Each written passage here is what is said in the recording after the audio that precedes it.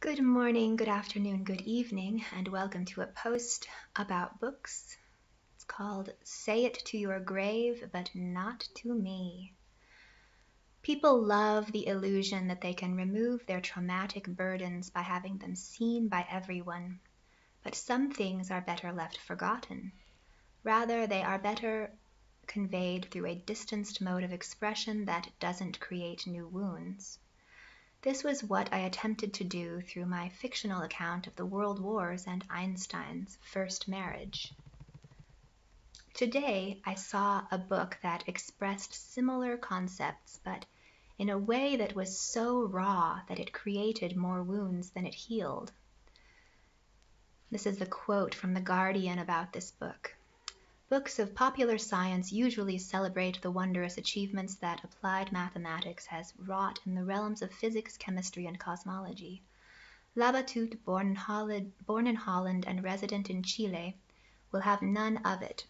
When We Cease to Understand the World, translated by Adrian Nathan West, is his ingenious, intricate, and deeply disturbing work of fiction based on real events, though it might have been better to call it a non-fiction novel, since the majority of the characters are historical figures and much of the narrative is based on historical fact. I mean, what's the difference between a non-fiction novel and historical fiction? I wondered this because I wrote a book that was historical fiction, and this blurb could have equally well described my book.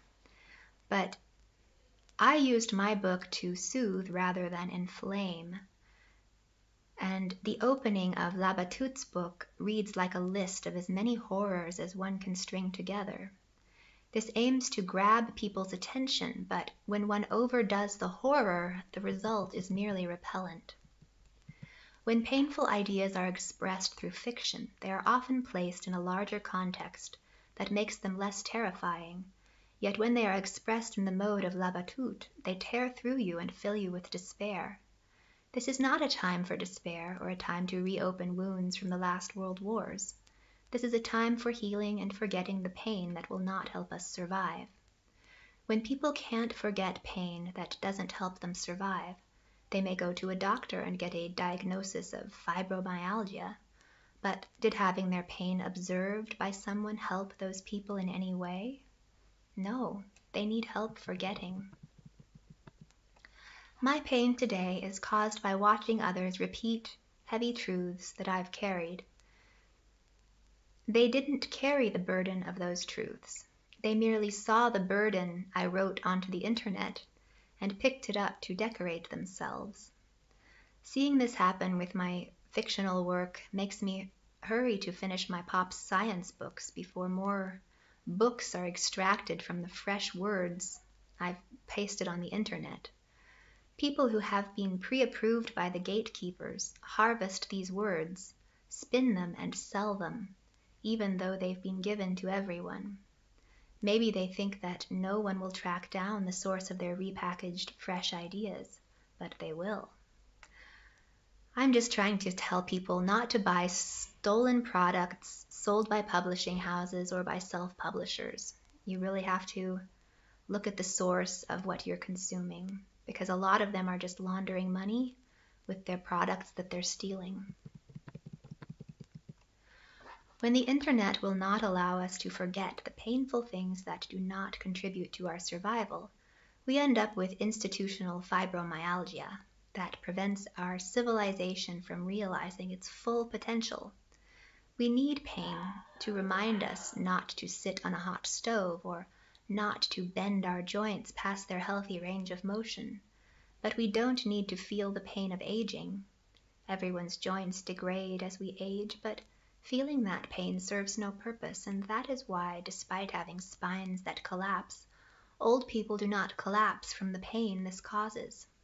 Their minds learn to ignore it or forget it. Similarly, old people tend to hold on to their positive memories rather than their worst memories. This makes life worth living and is probably the reason for their survival to old age. This is why I will keep my focus on the future and not on past pains. I didn't know it at the time, but this may have been the reason that I chose the refrain, "Don't look back, pussycat, kill, kill," for my first novel. As coronavirus damages all of our brains and causes us to forget old conflicts, we have a chance to renew foundations and grow more beautiful, mimetic structures.